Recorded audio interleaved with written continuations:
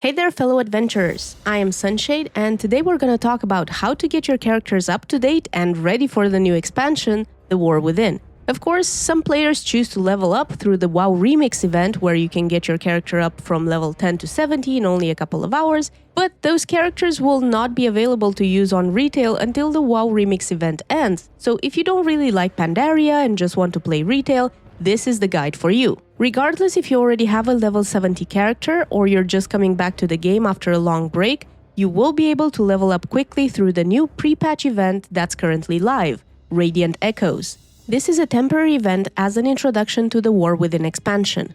When you log into the game, you can open your world map and see where it is located by checking where the blue golden glowy orb is positioned. The possible locations are the Searing Gorge, Dustwallow Marsh, and Dragonblight, and you can either get to those locations really quickly by taking the Legion Dalaran portal from Stormwind or Orgrimmar, or by using the Legion Dalaran Hearthstone toy if you have it. The portals in Dalaran also have a timer on them, so you can easily see which area is active at any time. Another recommendation is to not be in the Chromie timeline, as currently this keeps you phased away from the level 70 characters, which help you very much with defeating the Radiant Echoes events much faster. When you get to the event area, you can pick up the account-wide daily quest from the guys in the camp of each place, where you also have a portal to go back to Dalaran, and this is all marked on the area map with this teleport point symbol. So pick up the quest and then go to the areas marked with the Radiant Echoes orbs on the map. As you enter these areas, you will get the objective tracker on the side of your screen telling you what you need to do to complete the event. These can range from defeating a mini-boss, poisoning pumpkins, burning corpses, carrying lumber, finding an item, and so on. I recommend focusing on the shortest possible mini-events or the easiest ones, like the ones that imply defeating a boss or burning corpses, rather than the gathering ones which may take longer, thus delaying your leveling. As the players in the area complete the respawnable mini-events, the progress bar showing memories remaining at the top middle of your screen will go down to 0. And when this happens, the final boss will spawn. The boss will either be Onyxia, Ragnaros, or the Lich King, depending on the area you are currently in. As soon as the last boss is defeated, the memories remaining bar will respawn and start all over again until the entire hour passes, and then the event moves to a new area. Now for the leveling, depending on what level you are, you will get a ton of experience for each of the mini-events and for the last boss, which is about half a level per event, meaning 2-3 minutes per level. It's really fast if you ask me. But what do you do once you reach level 70? Well, you gear up. First of all, while doing these mini-events, you will receive items of your appropriate level if you are on a new character, which you will be able to wear and become more powerful. There is also a Horde Alliance logo shield that drops for shield-wearing characters if you are interested in transmog. But as far as we know, this only drops for the low-level characters, so for those of you who are already max level and want the shield transmog, maybe pop on a low level quickly and try to get it. However, if you do this from a level 70 character, you will receive random Warbound until equipped items at 480 item level, which you will be able to send to your alts and help them gear up. The best part about the max level gear is that you can also catalyze it and turn it into tier, but it also counts as bag item level if you just keep the items in your Warbound bank. Which means this gear, if you have enough of it, will allow you to queue for max level dungeons or LFR without actually having the required item level equipped. Or you can keep them in your bags. But from your war bank, it will count for every low-geared character you have. This was always the case with gear in your bags you could buy off the auction house as well. And you can still do that if you have the gold to spend.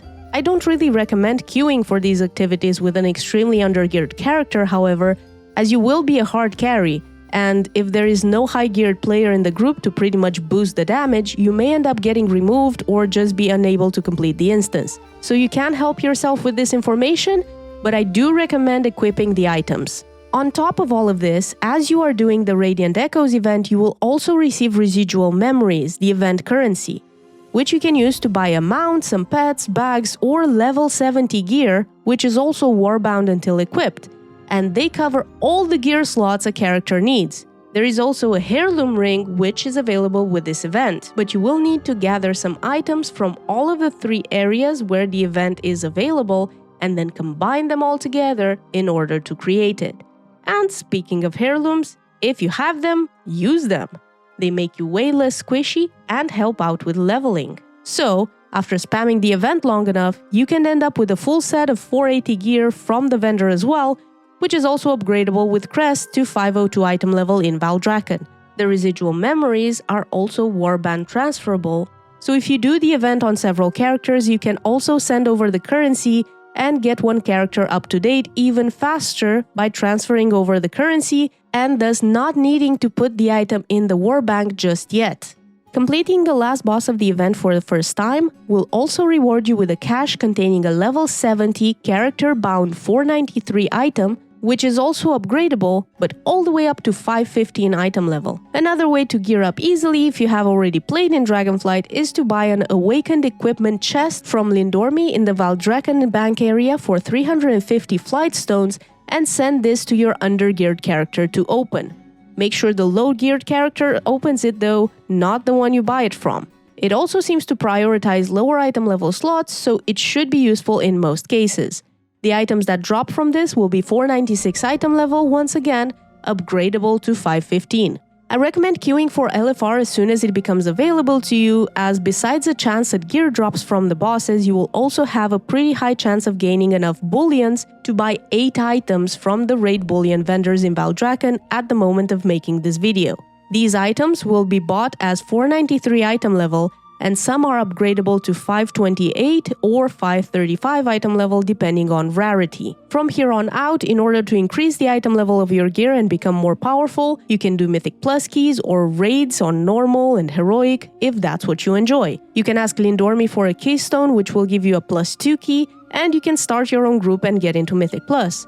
I recommend not starting up too high, as you probably will not get invited to other keys if you have low score or no score, and of course no gear. Obviously, there are many more ways to gear up in the game, like weekly quests, world bosses, events, the auction house, and crafted gear, but these take a little bit too long for my liking, and there is a lot of running around to get them at specific times, or simply too much gold for a crafted item we will replace in less than a month. If you need more information about the new expansion, check out my channel for the related videos, and if you enjoyed this video, don't forget to give it a thumbs up and subscribe to the channel.